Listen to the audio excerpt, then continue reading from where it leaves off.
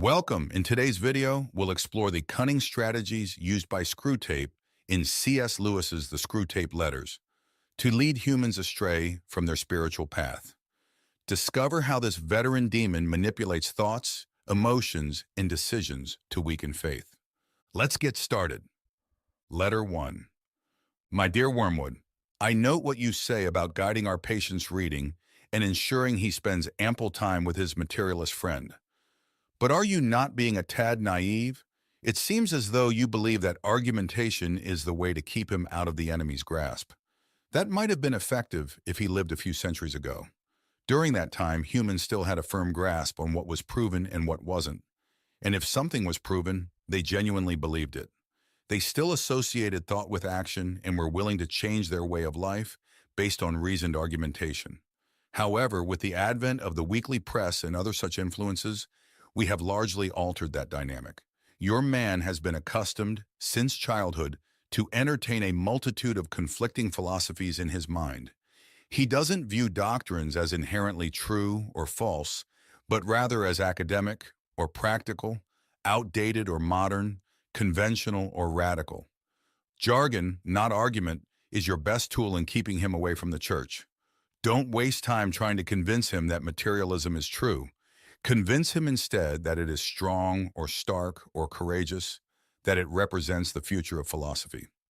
That's what he cares about. The problem with argumentation is that it shifts the entire struggle onto the enemy's turf. He can argue too, whereas in the type of practical propaganda I am suggesting, he has been proven for centuries to be greatly inferior to our Father below. By engaging in argumentation, you awaken the patient's reason.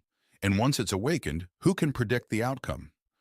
Even if a particular line of thought can be twisted in our favor, you'll find that you've reinforced in your patient the dangerous habit of focusing on universal issues and diverting his attention from immediate sensory experiences.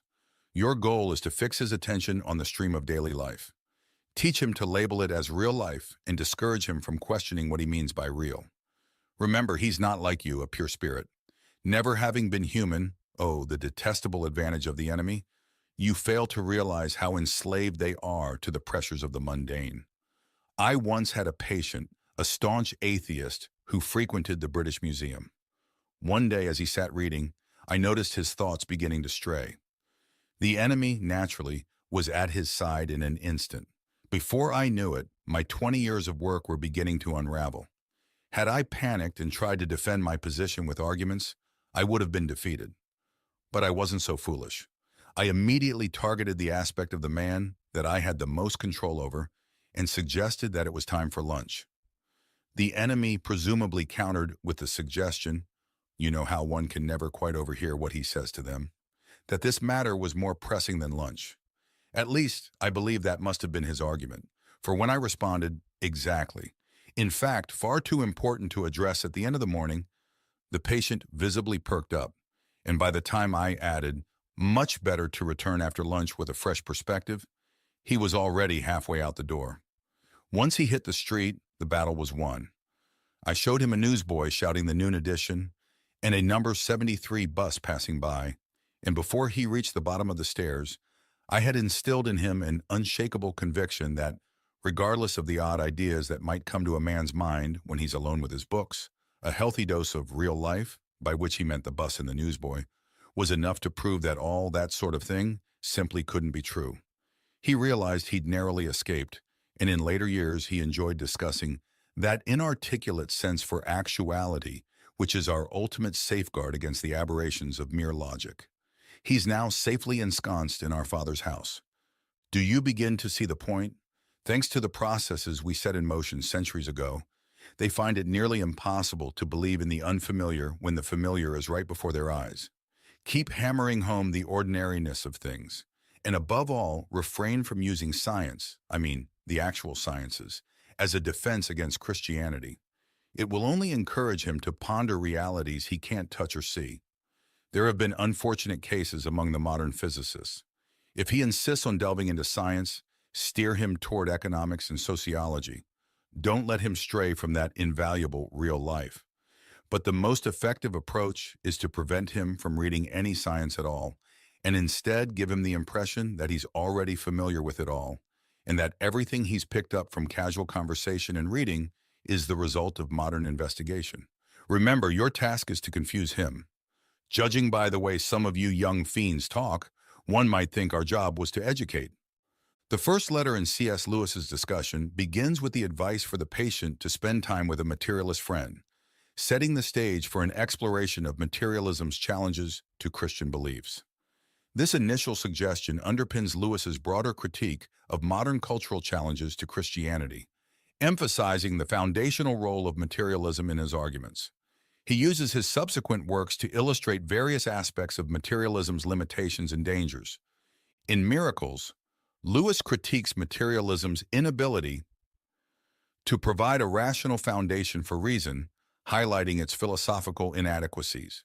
In The Abolition of Man, he discusses the erosion of human dignity stemming from a materialistic disregard for beauty, suggesting a devaluation of non-materialistic qualities. In The Problem of Pain, Lewis argues that materialism fails to offer a satisfying explanation for pain or a comforting prospect, contrasting it with the spiritual hope offered by Christianity.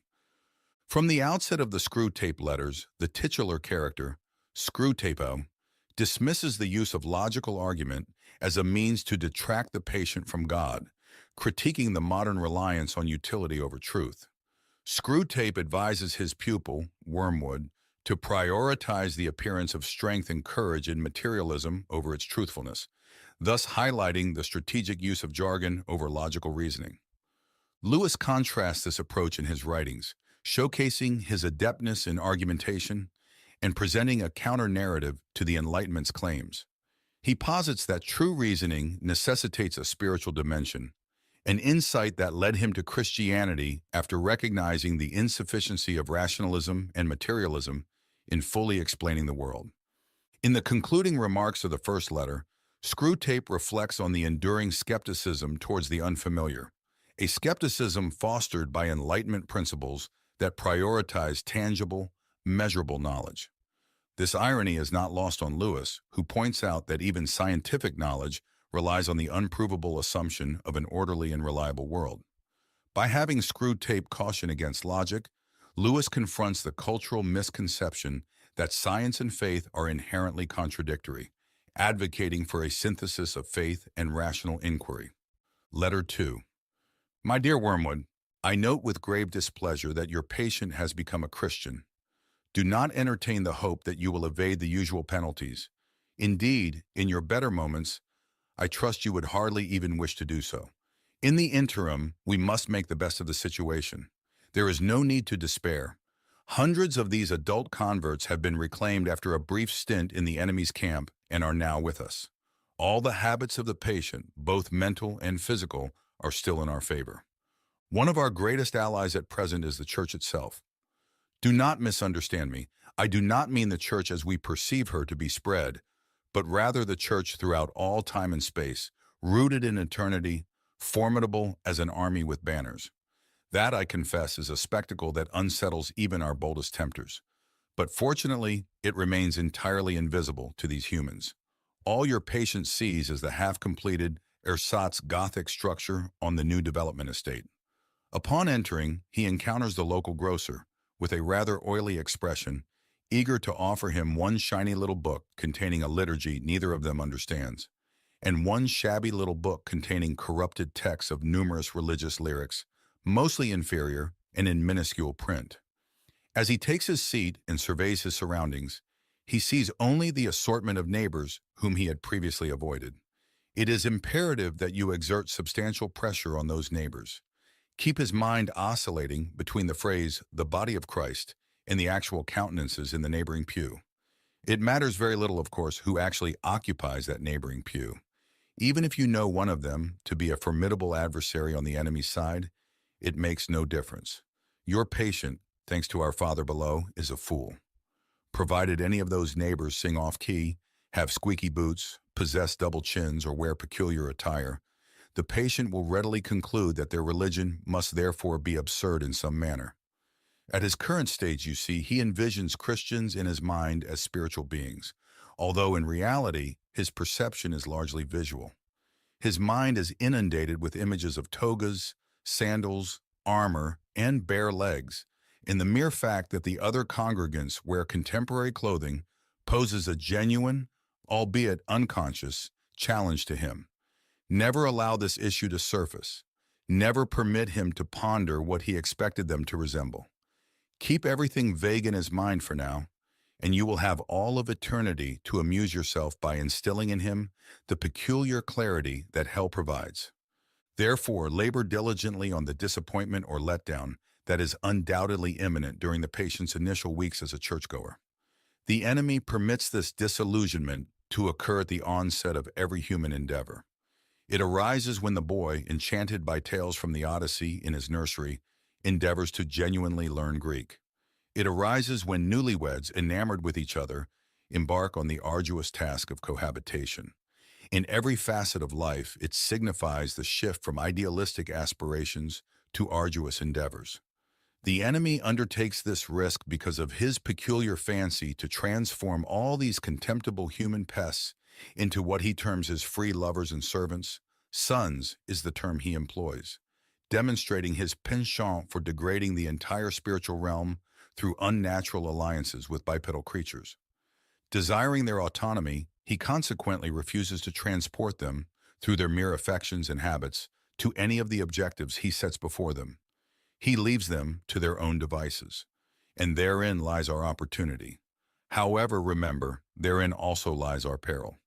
If they successfully navigate this initial dry spell, they become much less susceptible to emotional manipulation and, consequently, much more resistant to temptation. Until now, I have been assuming that the individuals in the neighboring pew present no rational grounds for disappointment. However, if they do, if the patient is aware that the woman with the absurd hat is a zealous bridge player, or that the man with the squeaky boots is a miser and extortionist, then your task becomes significantly easier. In such cases, all you need to do is prevent him from entertaining the question if I, being what I am, can consider myself in some sense a Christian. Why should the various vices of those individuals in the neighboring pew prove that their religion is mere hypocrisy and convention?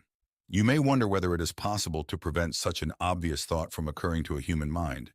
It is indeed, Wormwood, it is. Handle him correctly, and it will never even cross his mind. He has not been in the enemy's service long enough to possess any genuine humility. Whatever he says, even when on his knees regarding his own sinfulness, is merely parroting. Ultimately, he still believes that by allowing himself to be converted, he has accrued considerable favor in the enemy's ledger, and views attending church with these smug, ordinary neighbors as an act of great humility and condescension.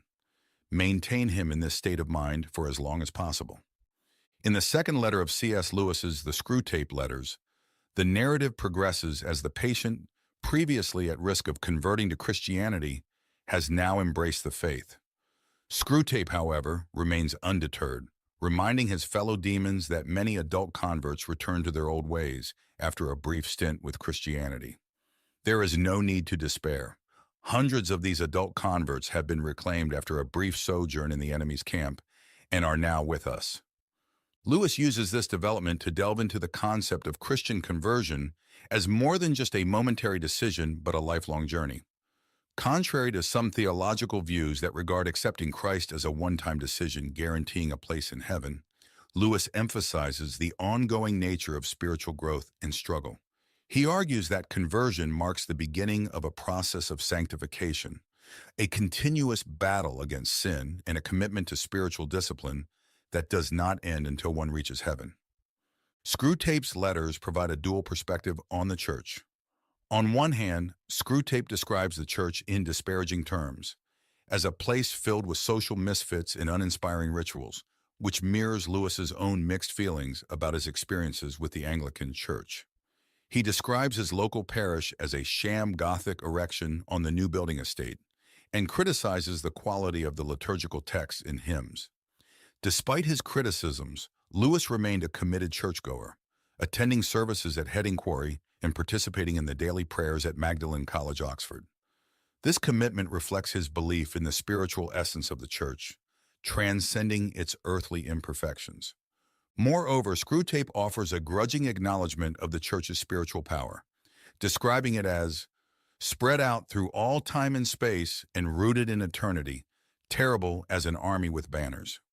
This description underscores the formidable spiritual presence and historical continuity of the Church, aspects that Lewis revered. The letter also touches on Lewis's broader spiritual philosophy, as articulated in Mere Christianity. He proposes that God uses life's difficulties to strengthen our moral and spiritual resolve, encouraging choices based on righteousness rather than mere feelings. Screwtape, distorting this idea, claims that God does not allow mere affection and habit to dictate spiritual progress, which aligns with Lewis's emphasis on conscious and deliberate faith.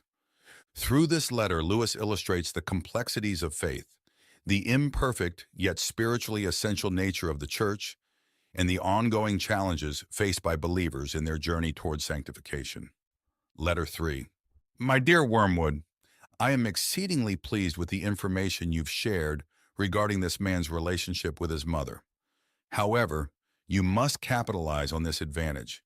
The enemy will be working from the center outward, gradually bringing more and more of the patient's behavior under the new standard, and may soon reach his conduct towards the old lady. You must act preemptively. Maintain close contact with our colleague Glubose, who oversees the mother, and cultivate within that household a firm habit of mutual annoyance. Daily irritations. The following methods are effective. Keep his focus on the inner life. He perceives his conversion as an internal affair. Thus, his attention is primarily directed towards the states of his own mind, or rather, towards that sanitized version of them, which you should allow him to see. Foster this. Divert his attention from basic duties towards advanced and spiritual ones. Exacerbate that most useful human trait, the aversion and neglect of the obvious.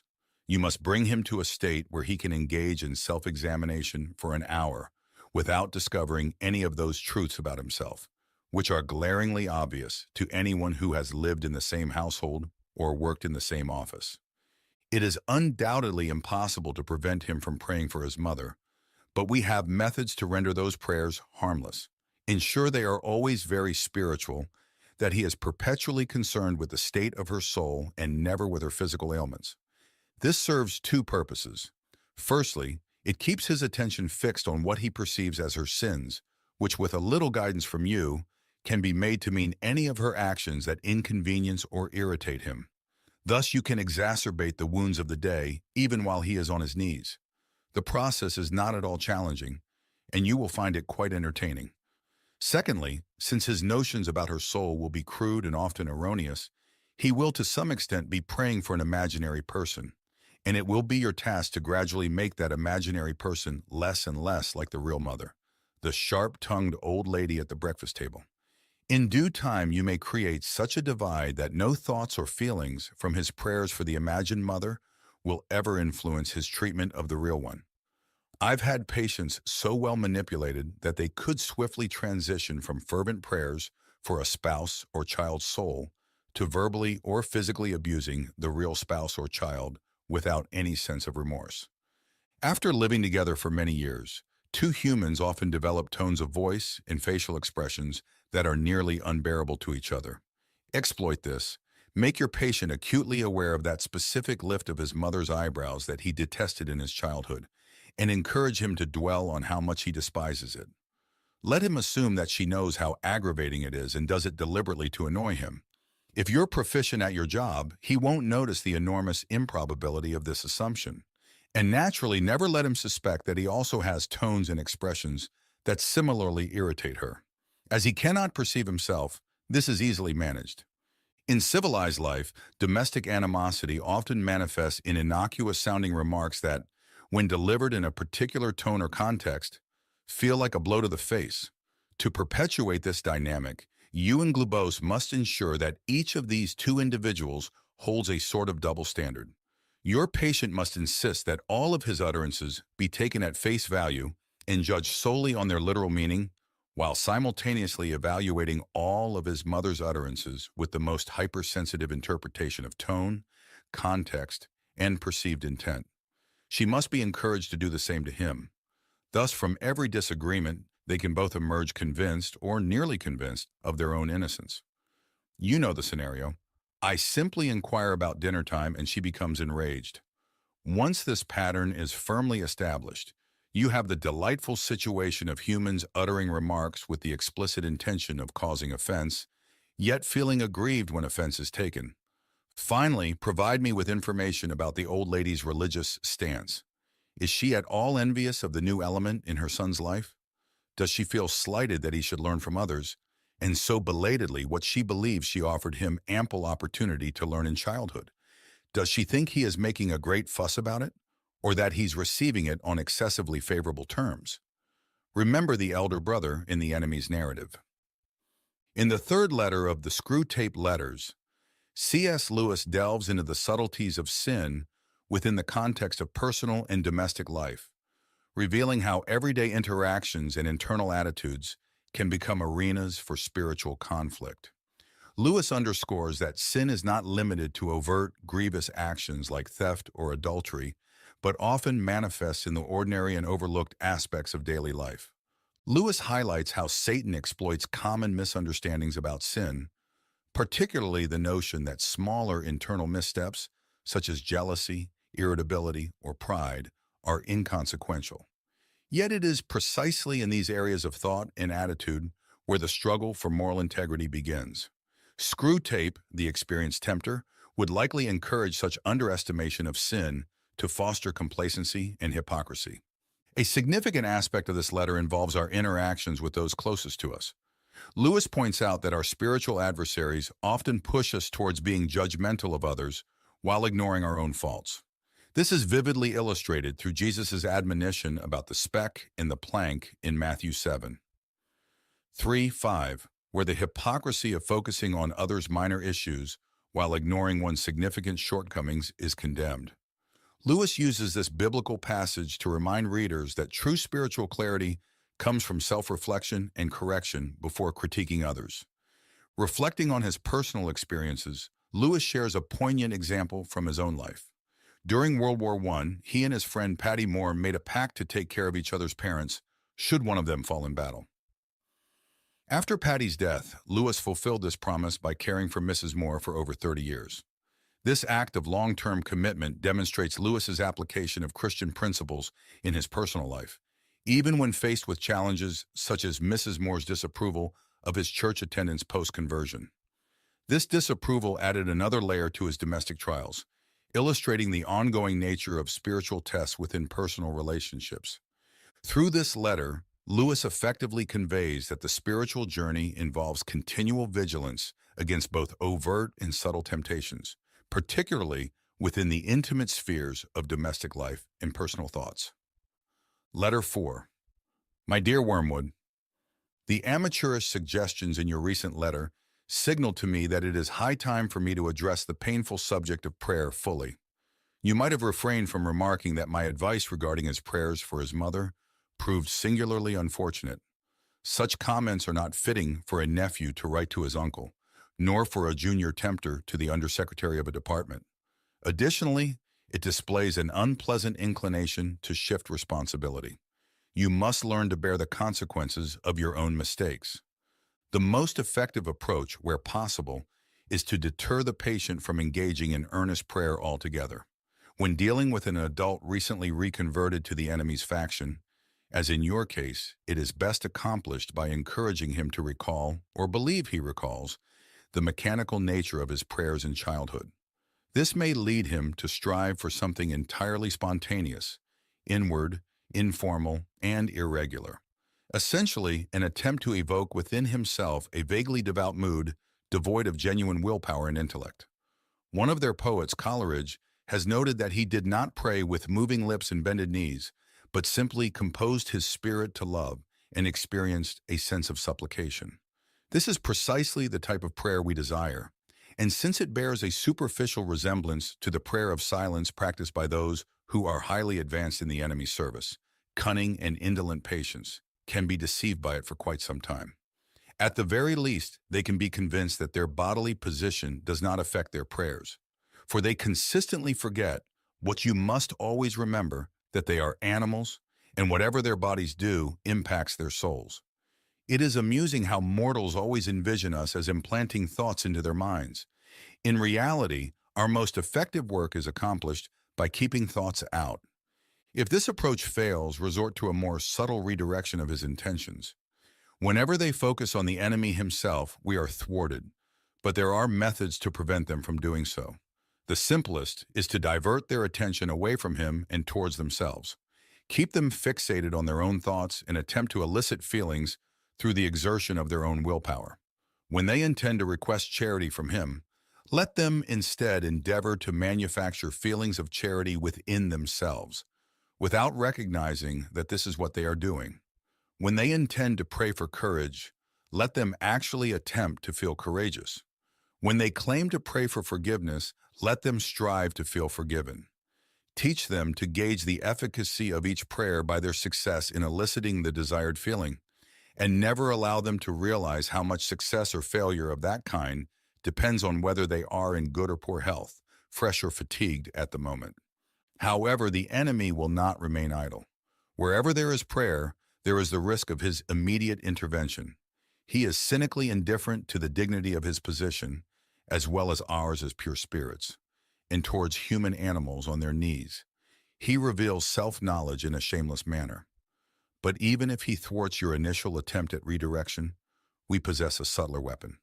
Humans do not commence prayer from that direct perception of him, which we, unfortunately, cannot avoid. They have never experienced that ghastly luminosity, that piercing and searing glare which constitutes the backdrop of perpetual agony in our existence. If you delve into your patient's mind while he prays, you will not find that.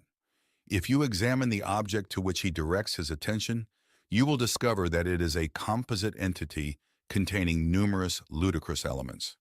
There will be images derived from depictions of the enemy as he appeared during the disreputable episode known as the Incarnation.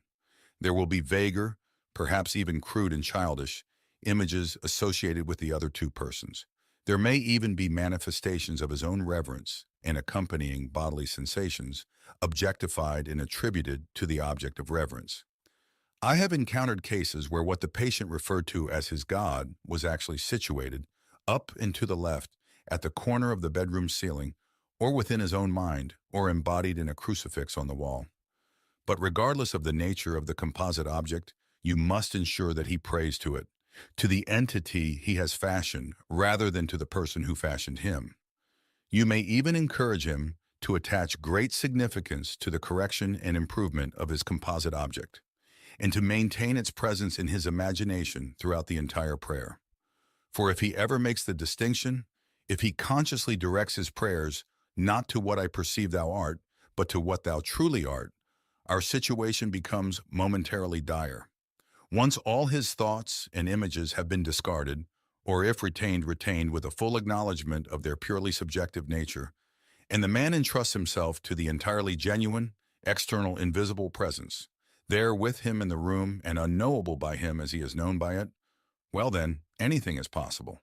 In avoiding this situation, this genuine exposure of the soul in prayer, you will be aided by the fact that humans themselves do not desire it as fervently as they believe.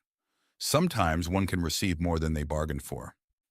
In the fourth letter of the Screwtape Letters, C.S. Lewis tackles the complexities of prayer and the pitfalls of emotional and mental distractions in spiritual practices.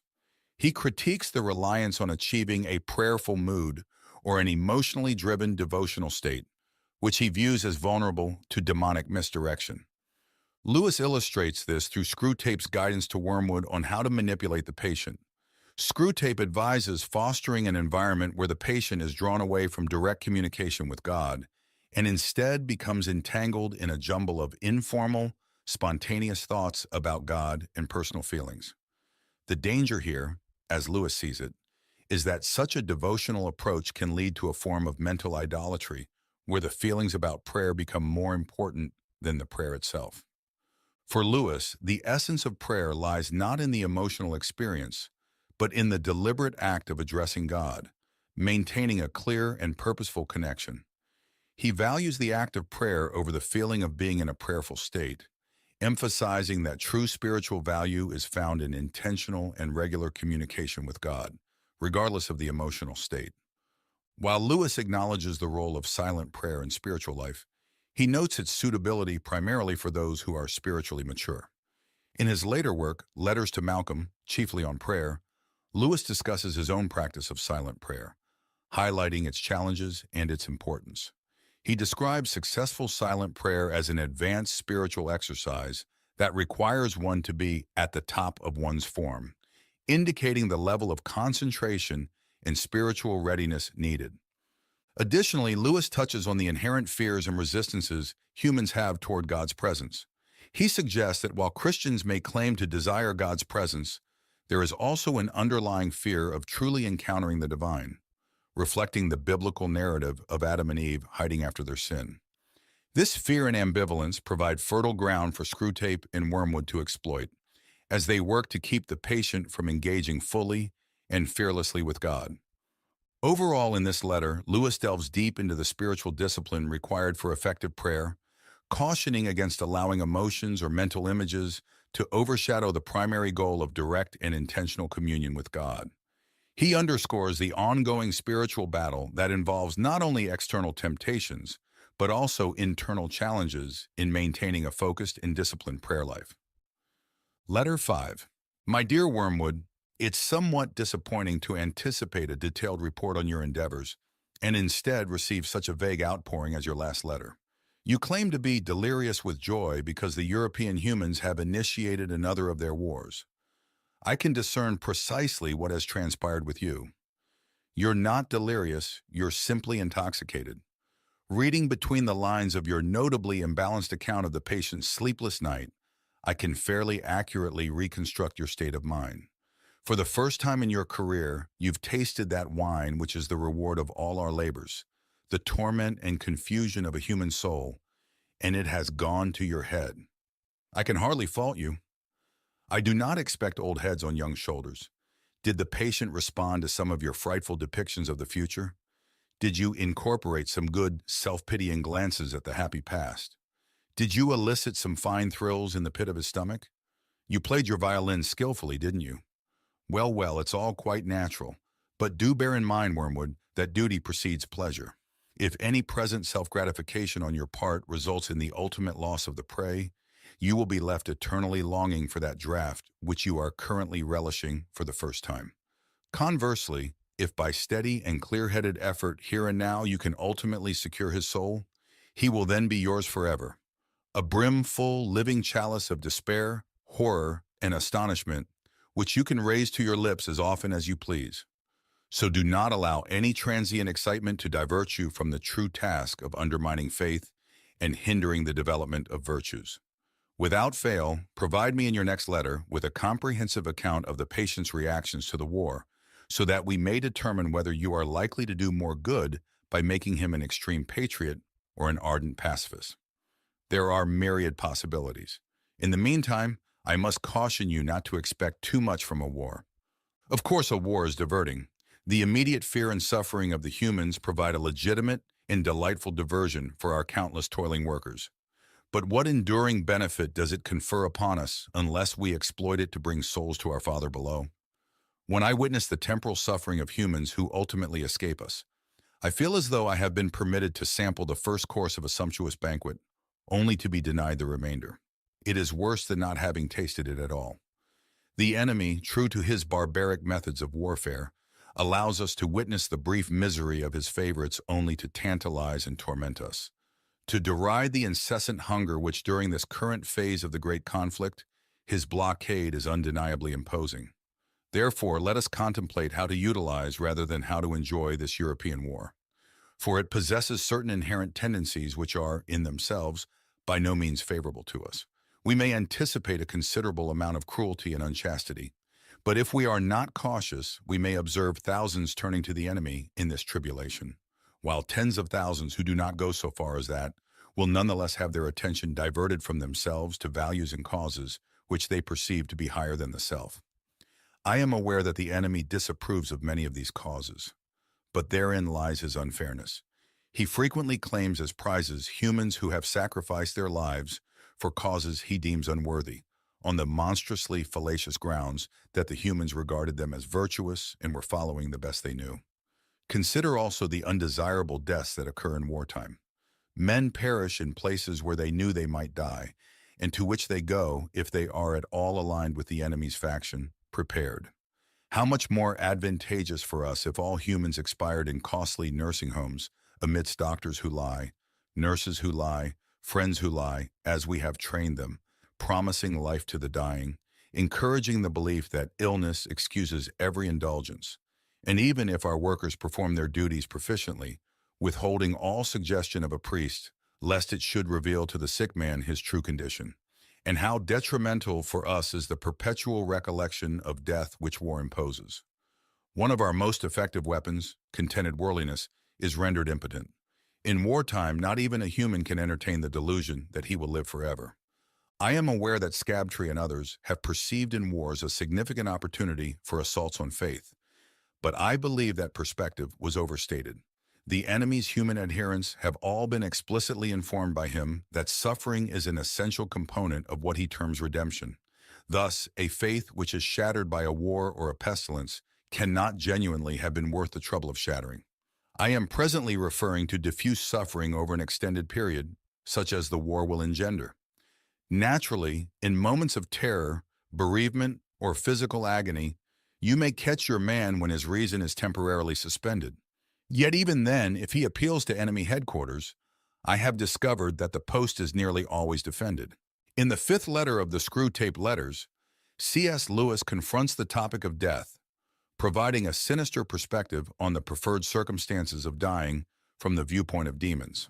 Screwtape, the senior demon advising his nephew Wormwood, expresses a preference for human deaths that occur in settings like nursing homes, where deceit and denial about the reality of death can be cultivated and exploited. Screwtape revels in the idea of humans dying amid falsehoods, surrounded by doctors, nurses, and friends who perpetuate lies about recovery, indulge every whim under the guise of sickness, and avoid any mention of spiritual counsel that might awaken the dying person to their true spiritual state. This strategy is designed to keep individuals from confronting the reality of their mortality and, by extension, their accountability in the afterlife. Lewis uses this scenario to critique a societal tendency to avoid discussions of death and the eternal consequences of one's beliefs. He contrasts the quiet, deceptive comfort of a nursing home death with the brutal immediacy of wartime fatalities. In war, individuals often face their mortality directly and may be more open to spiritual reflection and preparation, conditions that Screwtape deems undesirable. Reflecting on his own experiences as a veteran of the First World War and writing during the ongoing conflict of the Second World War, Lewis understood the stark confrontations with death that combatants face. He argues that, despite its horrors, war exposes the unavoidable reality of human mortality, which can lead to deeper spiritual awareness and preparation. This idea resonates with the biblical injunction from Psalm 90:12, which calls on people to number our days that we may gain a heart of wisdom. Lewis suggests that by acknowledging the inevitability of death, individuals can live more purposefully and wisely. The letter also touches on personal experiences with death in a more contemporary setting, like hospices, where discussions about faith and eternity can be contentious and unwelcome. Lewis uses these observations to underscore the importance of facing death with a clear understanding of one's beliefs and the consequences they carry into the afterlife.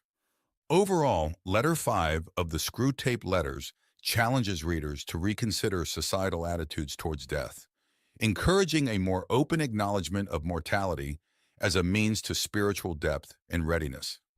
Letter 6. I am delighted to hear that your patient's age and profession make it possible, but by no means certain, that he will be called up for military service.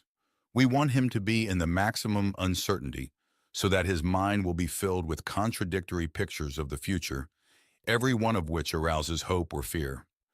There is nothing like suspense and anxiety for barricading a human's mind against the enemy. He wants men to be concerned with what they do. Our business is to keep them thinking about what will happen to them. Your patient will, of course, have picked up the notion that he must submit with patience to the enemy's will. What the enemy means by this is primarily that he should accept with patience the tribulation which has actually been dealt out to him, the present anxiety and suspense. It is about this that he is to say, "Thy will be done," and for the daily task of bearing this, that the daily bread will be provided. It is your business to see that the patient never thinks of the present fear as his appointed cross, but only of the things he is afraid of. Let him regard them as his crosses.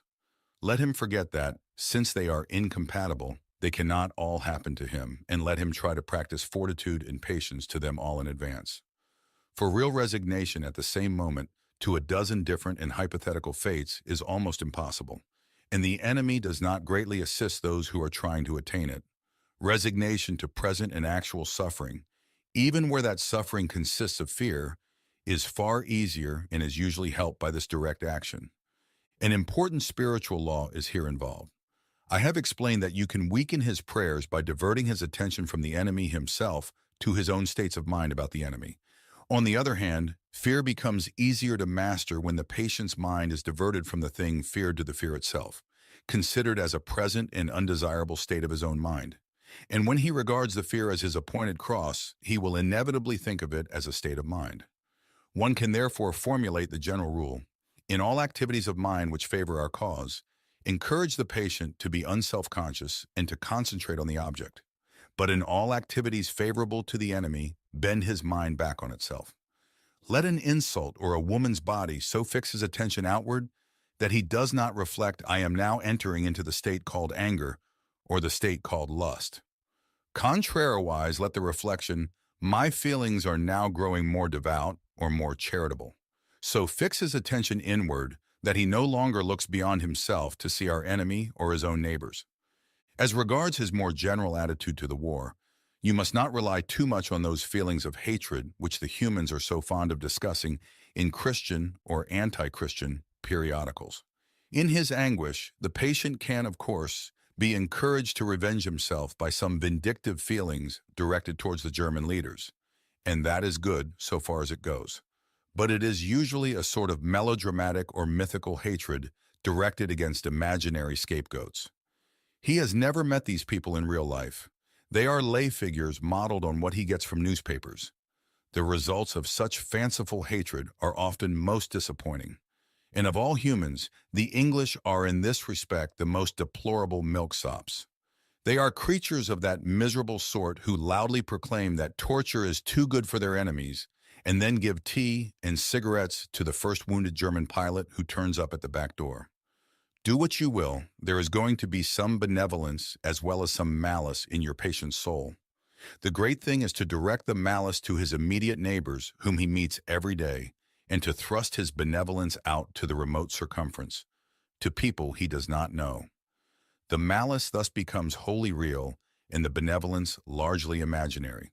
There is no good at all in inflaming his hatred of Germans if, at the same time, a pernicious habit of charity is growing up between him and his mother, his employer, and the man he meets in the train. Think of your man as a series of concentric circles, his will being the innermost, his intellect coming next, and finally his fantasy. You can hardly hope at once to exclude from all the circles everything that smells of the enemy.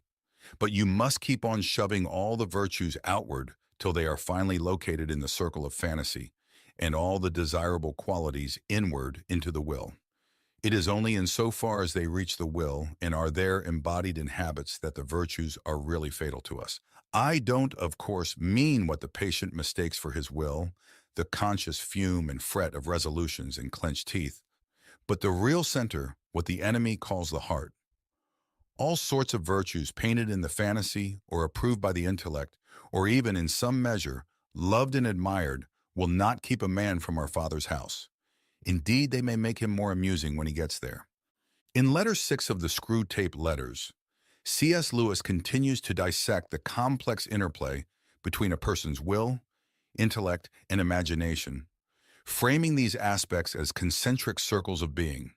Screwtape, instructing Wormwood, emphasizes the strategic importance of manipulating these elements to ensure the patient's spiritual downfall. The most inner circle represents the will, surrounded by the intellect, with the imagination or fantasy being the outermost layer. Screwtape's advice to Wormwood is to push virtues outward to the realm of fantasy and to draw desirable qualities inward to the will. By doing so, the virtues become less practical and more abstract, reducing their influence on the patient's decisions and actions. Lewis points out that true sins, the ones that have real spiritual consequences, are matters of action influenced by the will, not just by transient feelings or imaginative fantasies. This is why Screwtape encourages Wormwood to preoccupy the patient with his emotions and fantasies, diverting his attention from practical godliness and obedience to God. An important aspect of this letter is the distinction Screwtape makes about the virtues reaching the will and becoming habits. According to Screwtape, it is only when virtues become ingrained habits that they pose a real threat to demonic intentions. Lewis uses this demonic perspective to highlight the importance of habitual godliness and obedience in the present moment, as encapsulated in the notion of saying, "Thy will be done," in response to current trials. Moreover, Lewis stresses that while our primary focus in spiritual life should be on actions derived from a trained will, the roles of intellect and fantasy should not be underestimated. These aspects, while less directly influential on the will, shape and inform our moral landscape. Lewis himself, through his vast literary output from the Chronicles of Narnia to Mere Christianity, demonstrates the value of engaging both the imagination and the intellect as pathways to understanding deeper spiritual truths. This letter thus serves not only as a tactical guide for Wormwood, but also as a reflection on the holistic nature of human experience, where imagination, intellect, and will interact in complex ways to shape our spiritual lives. Lewis underscores the need for vigilance and discipline across all these dimensions to safeguard against spiritual manipulation and to cultivate a life of enduring virtue and obedience to God. Letter 7. My dear Wormwood, I wonder why you should ask me whether it is essential to keep the patient in ignorance of your own existence. That question, at least for the present phase of the struggle, has been answered for us by the High Command. Our policy, for the moment, is to conceal ourselves. Of course, this has not always been the case. We are really faced with a cruel dilemma. When humans disbelieve in our existence, we lose all the pleasing results of direct terrorism, and we make no magicians. On the other hand, when they believe in us, we cannot make them materialists and skeptics. At least, not yet. I have great hopes that we shall learn in due time how to emotionalize and mythologize their science to such an extent that what is, in effect, belief in us, though not under that name, will creep in while the human mind remains closed to belief in the enemy. The life force, the worship of sex, and some aspects of psychoanalysis may here prove useful. If once we can produce our perfect work, the materialist magician, the man not using but veritably worshiping what he vaguely calls forces while denying the existence of spirits, then the end of the war will be in sight. But in the meantime, we must obey our orders. I do not think you will have much difficulty in keeping the patient in the dark. The fact that devils are predominantly comic figures in the modern imagination will help you. If any faint suspicion of your existence begins to arise in his mind, suggest to him a picture of something in red tights and persuade him that since he cannot believe in that, it is an old textbook method of confusing them, he therefore cannot believe in you. I had not forgotten my promise to consider whether we should make the patient an extreme patriot or an extreme pacifist. All extremes, except extreme devotion to the enemy, are to be encouraged. Not always, of course, but at this period. Some ages are lukewarm and complacent, and then it is our business to soothe them yet faster asleep.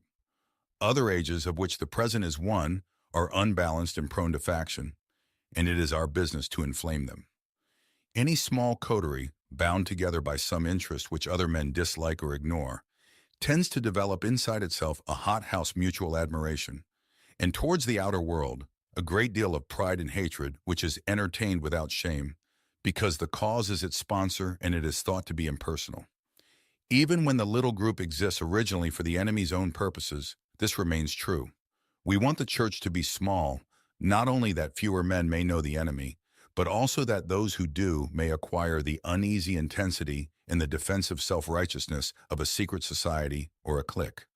The church herself is, of course, heavily defended, and we have never yet quite succeeded in giving her all the characteristics of a faction. But subordinate factions within her have often produced admirable results, from the parties of Paul and of Apollos at Corinth down to the high and low parties in the Church of England. If your patient can be induced to become a conscientious objector, he will automatically find himself one of a small, vocal, organized, unpopular society, and the effects of this on one so new to Christianity will almost certainly be good. But only almost certainly. Has he had serious doubts about the lawfulness serving in a just war before this present war of serving began? Is he a man of great physical courage, so great that he will have no half-conscious misgivings about the real motives of his pacifism? Can he, when nearest to honesty, no human is ever very near, feel fully convinced that he is actuated wholly by the desire to obey the enemy? If he is that sort of man, his pacifism will probably not do us much good, and the enemy will probably protect him from the usual consequences of belonging to a sect.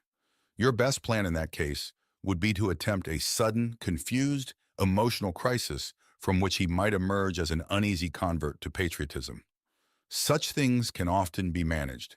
But if he is the man I take him to be, try pacifism. Whichever he adopts, your main task will be the same. Let him begin by treating the patriotism or the pacifism as a part of his religion.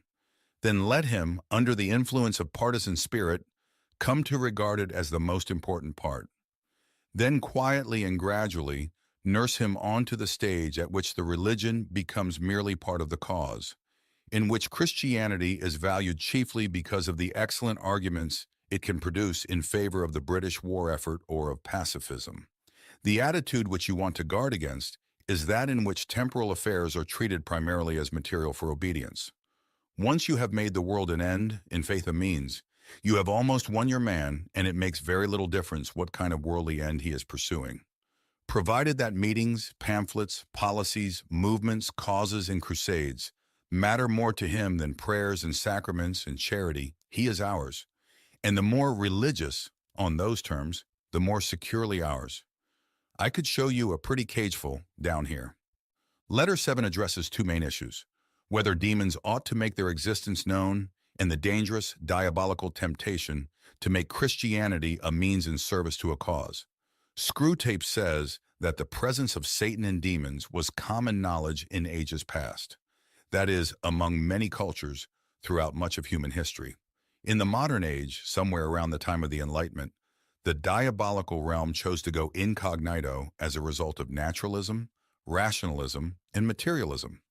Screwtape prefers the modern denial of a spiritual realm because it creates a materialistic worldview and allows for the complete dismissal of God, heaven, hell, angels, and demons. Remember, in much of his writing, Lewis is eager to point to the destructive power of materialism. In this letter, for example, he has Screwtape envision what might be called an advanced materialistic option. The materialist magician, the man not using but veritably worshiping what he vaguely calls forces while denying the existence of spirits. In addition to obscuring the spiritual and accentuating the material, a favorite diabolical strategy is to turn Christianity into a means to some end other than God.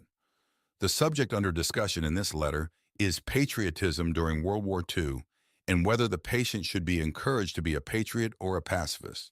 Whichever he adopts, your main task will be the same. Let him begin by treating the patriotism or the pacifism as a part of his religion. Then let him, under the influence of partisan spirit, come to regard it as the most important part. Then quietly and gradually nurse him onto the stage at which the religion becomes merely part of the cause, in which Christianity is valued chiefly because of the excellent arguments it can produce in favor of the British war effort or of pacifism. The contemporary version of this strategy reveals itself in the discussion of the current moral temperature of the United States. The argument goes that the use of drugs, the decline of the family, the rise of crime, etc., means that what we really need is a spiritual revival, which is true. And here is the diabolical nature of the argument. The true goal and end of a revival, the surrender to the lordship of Christ and participation in the community of Christ, is subverted into a desire to make America a good place in which to live. It is indisputable that the fruit of conversion produces good citizens and a good society. However, good citizens and a good society are never the goals of conversion. When that happens, a heavenly spiritual goal becomes merely a means of attaining an earthly social goal.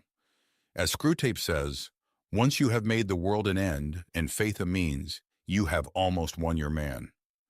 There is another diabolical strategy mentioned in this letter that is worth pointing out: the push to extremes. Screwtape says, all extremes, except extreme devotion to the enemy, are to be encouraged, especially when the present age is unbalanced and prone to faction, and it is our business to inflame them. Letter 8.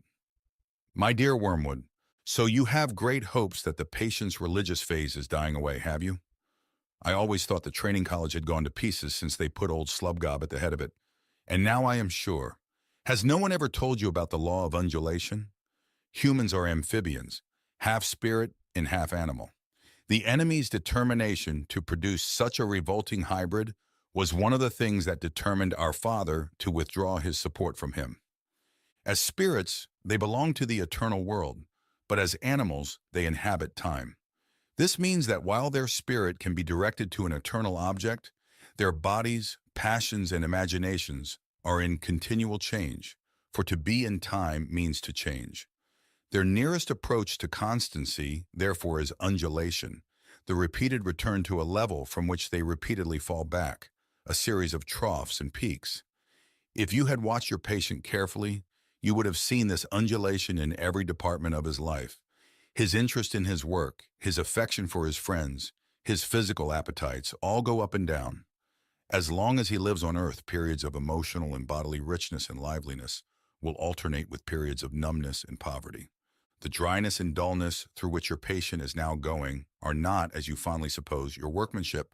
They are merely a natural phenomenon which will do us no good unless you make good use of it.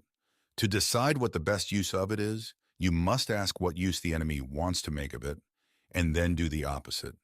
Now, it may surprise you to learn that in his efforts to get permanent possession of a soul, he relies on the troughs even more than on the peaks. Some of his special favorites have gone through longer and deeper troughs than anyone else. The reason is this: to us, a human is primarily good. Our aim is the absorption of its will into ours, the increase of our own area of selfhood at its expense. But the obedience which the enemy demands of men is quite a different thing.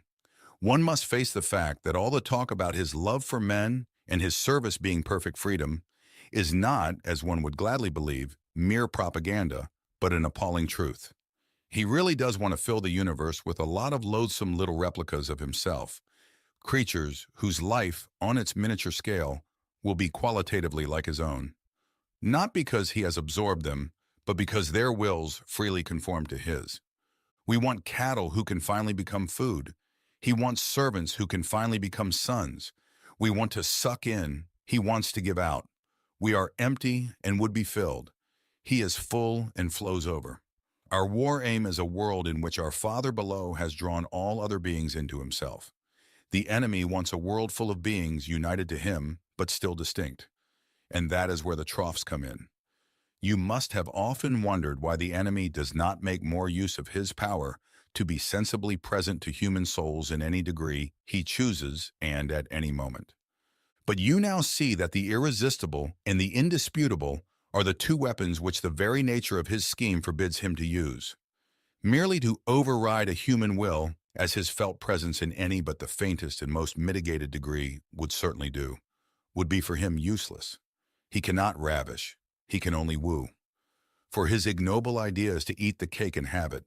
The creatures are to be one with him, but yet themselves. Merely to cancel them or assimilate them will not serve. He is prepared to do a little overriding at the beginning. He will set them off with communications of his presence which, though faint, seem great to them with emotional sweetness, an easy conquest over temptation. But he never allows this state of affairs to last long. Sooner or later he withdraws, if not in fact, at least from their conscious experience, all those supports and incentives. He leaves the creature to stand up on its own legs, to carry out from the will alone duties which have lost all relish. It is during such trough periods, much more than during the peak periods, that it is growing into the sort of creature he wants it to be. Hence the prayers offered in the state of dryness are those which please him best. We can drag our patients along by continual tempting because we design them only for the table, and the more their will is interfered with, the better. He cannot tempt to virtue as we do to vice. He wants them to learn to walk and must therefore take away his hand. And if only the will to walk is really there, he is pleased even with their stumbles. Do not be deceived, Wormwood. Our cause is never more in danger than when a human, no longer desiring but intending to do our enemy's will, looks round upon a universe from which every trace of him seems to have vanished, and asks why he has been forsaken and still obeys. But of course, the troughs afford opportunities to our side also. Next week, I will give you some hints on how to exploit them. In Letter 7, Screwtape encourages thinking in extremes for Wormwood's patient. In Letter 8, he encourages taking advantage of the ups and downs in life. Everyone notices in the course of their spiritual journey that there are emotional phases that vary greatly from one another. One well-known phase is the honeymoon that often follows a teenage or even adult conversion.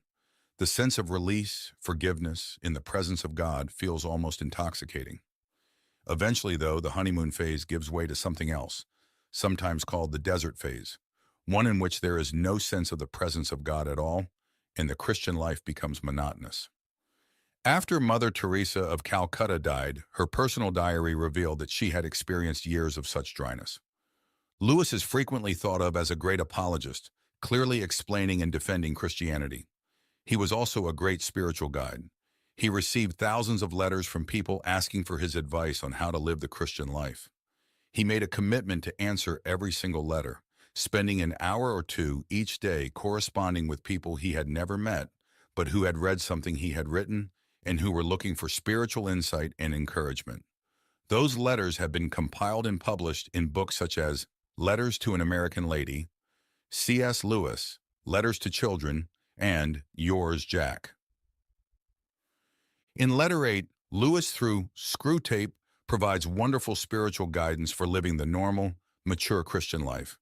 It is normal to experience ups and downs. This is due to what Lewis has Screwtape called the law of undulation. If you had watched your patient carefully, you would have seen this undulation in every department of his life. His interest in his work, his affection for his friends, his physical appetites all go up and down. As long as he lives on earth, periods of emotional and bodily richness and liveliness will alternate with periods of numbness and poverty. The dryness and dullness through which your patient is now going are not, as you fondly suppose, your workmanship. They are merely a natural phenomenon which will do us no good unless you make a good use of it.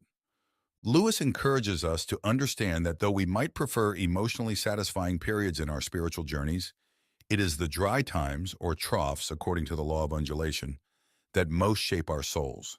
Screwtape knows the true power of those dry periods. Sooner or later, the enemy withdraws, if not in fact, at least from their conscious experience, all those supports and incentives. He leaves the creature to stand up on its own legs, to carry out from the will alone duties which have lost all relish. It is during such trough periods, much more than during the peak periods, that it is growing into the sort of creature he wants it to be. Hence the prayers offered in the state of dryness are those which please him best. It's good to know, and even a comfort, to know that when our spiritual journey is difficult, God is not absent and will never abandon us. He is always working, however we feel, to shape our souls and conform us to the image of Christ. Letter 9. My dear Wormwood, I hope my last letter has convinced you that the trough of dullness or dryness through which your patient is going at present will not, of itself, give you his soul, but needs to be properly exploited. What forms the exploitation should take I will now consider. In the first place, I have always found that the trough periods of human undulation provide an excellent opportunity for all sensual temptations, particularly those of sex. This may surprise you, because of course there is more physical energy and therefore more potential appetite at the peak periods. But you must remember that the powers of resistance are then also at their highest. The health and spirits which you want to use in producing lust can also, alas, be very easily used for work or play or thought or innocuous merriment. The attack has a much better chance of success when the man's whole inner world is drab and cold and empty. And it is also to be noted that the trough sexuality is subtly different in quality from that of the peak, much less likely to lead to the milk and water phenomenon which the humans call being in love, much more easily drawn into perversions, much less contaminated by those generous and imaginative and even spiritual concomitants which often render human sexuality so disappointing. It is the same with other desires of the flesh. You are much more likely to make your man a sound drunkard by pressing drink on him as an anodyne when he is dull and weary, than by encouraging him to use it as a means of merriment among his friends when he is happy and expansive. Never forget that when we are dealing with any pleasure in its healthy and normal and satisfying form, we are, in a sense, on the enemy's ground. I know we have won many a soul through pleasure.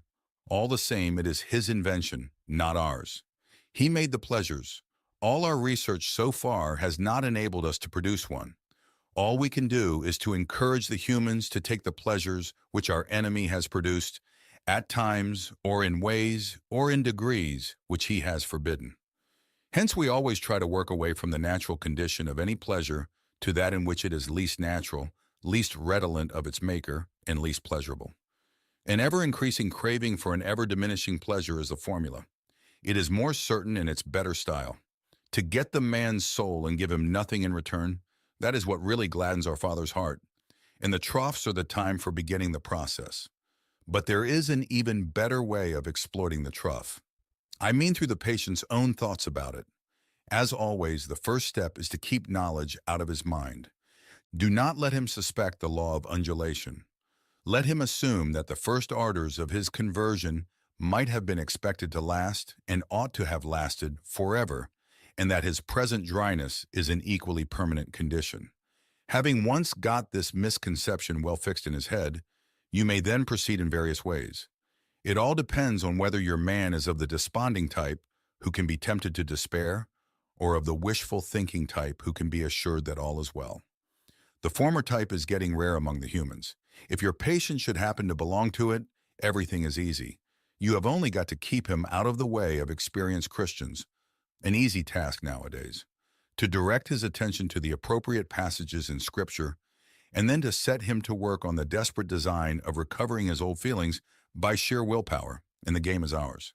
If he is of the more hopeful type, your job is to make him acquiesce in the present low temperature of his spirit and gradually become content with it, persuading himself that it is not so low after all.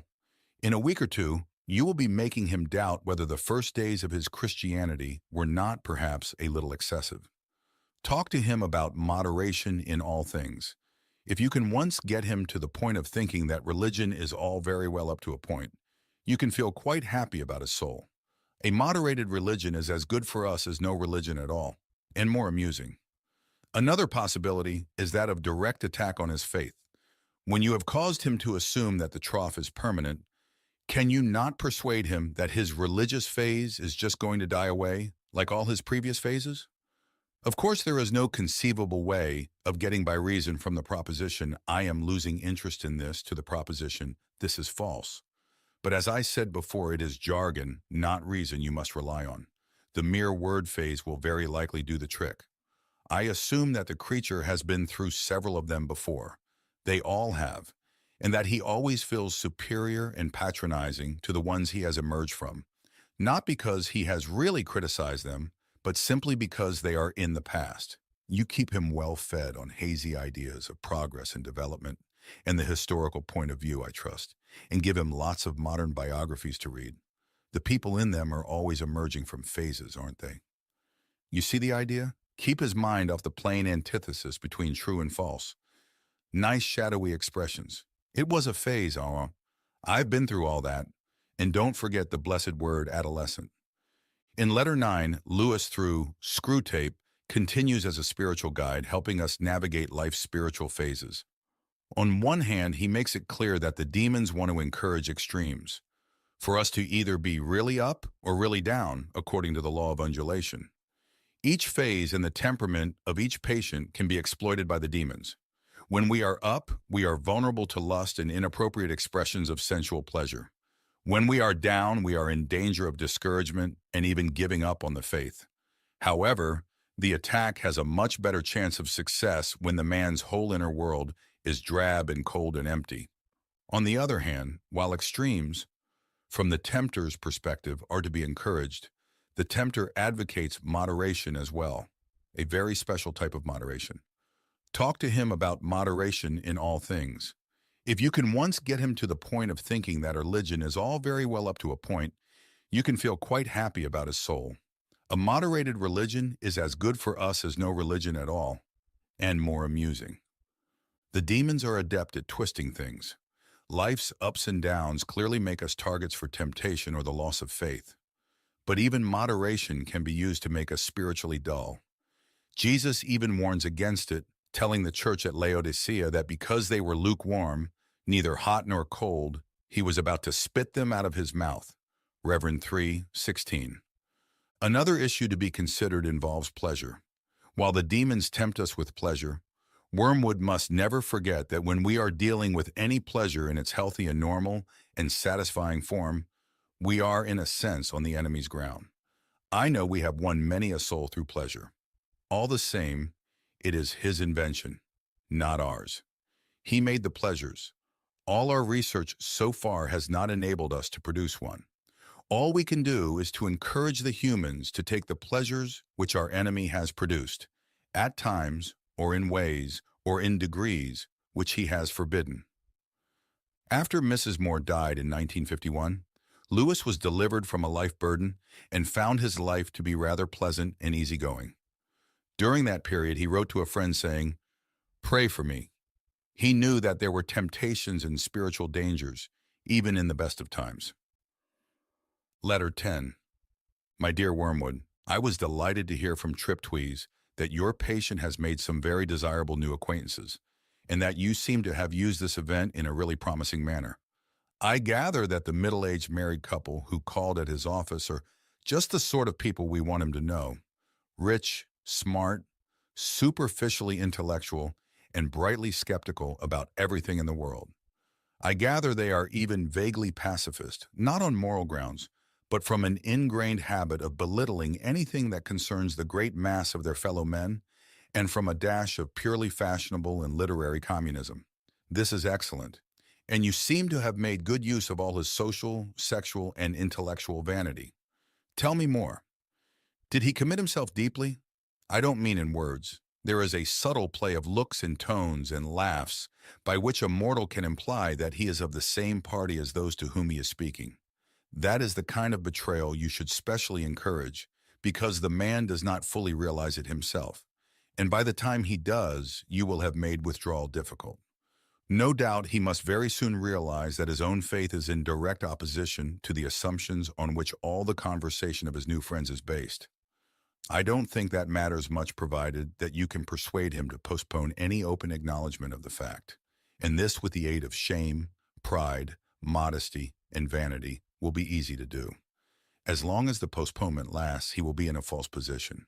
He will be silent when he ought to speak and laugh when he ought to be silent. He will assume, at first only by his manner, but presently by his words, all sorts of cynical and skeptical attitudes, which are not really his. But if you play him well, they may become his. All mortals tend to turn into the thing they are pretending to be. This is elementary.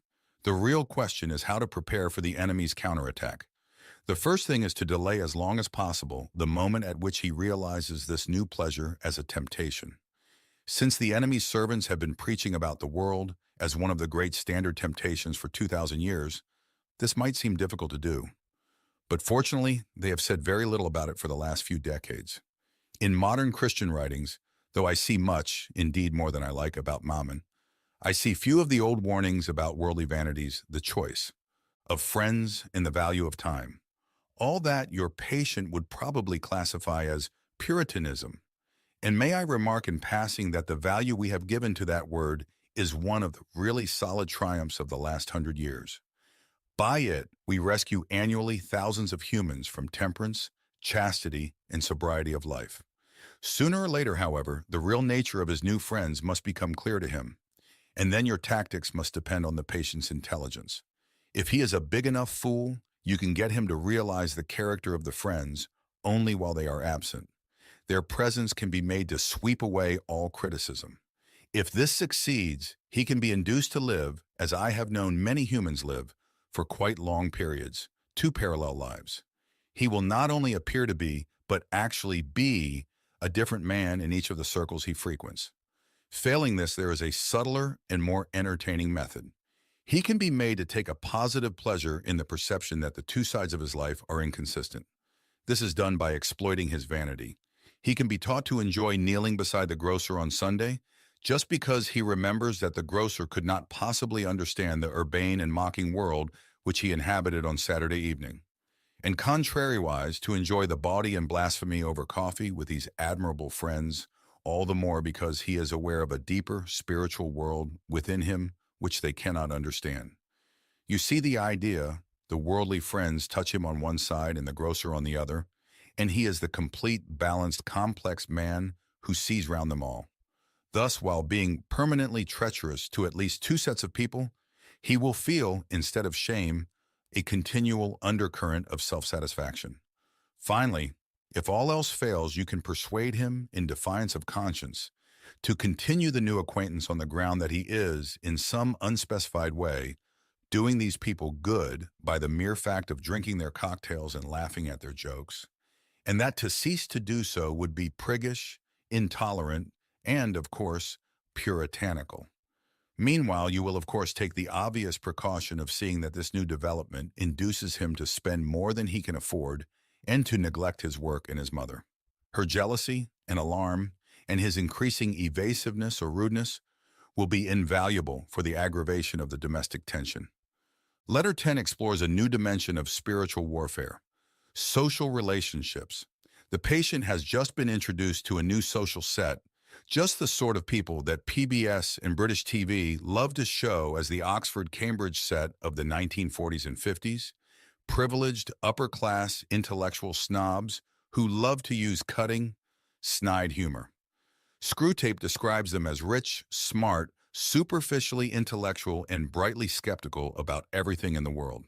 I gather they are even vaguely pacifist, not on moral grounds, but from an ingrained habit of belittling anything that concerns the great mass of their fellow men, and from a dash of purely fashionable and literary communism. The very arrogant attitude of such people is infectious and corrupting. The danger is social pressure, the desire to be approved of by the in-crowd, which leads to adopting attitudes and actions that are ungodly and therefore diabolical. Added to the spiritual danger is hypocrisy, in which the patient acts one way with his snobby friends and another way when he is around the Christian community. Screwtape explains this to Wormwood. You see the idea. The worldly friends touch him on one side and the grocer on the other, and he is the complete, balanced, complex man who sees round them all.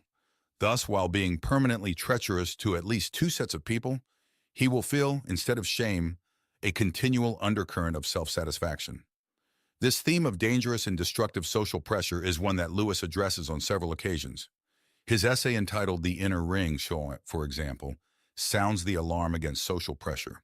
Unless you take measures to prevent it, this desire is going to be one of the chief motives of your life, from the first day on which you enter your profession until the day you are too old to care. He expands upon this theme in several of his fictional works. In The Silver Chair, Eustace Scrubb discovers Jill Pole crying. Jill was running from them, the inner ring of bullies who controlled her school's social structure. Together, Jill and Eustace escape into Narnia and begin their adventures. In that hideous strength, Mark Studdock, an aspiring academic at a fictional college that feels a lot like Oxford or Cambridge, falls under the spell of an inner ring.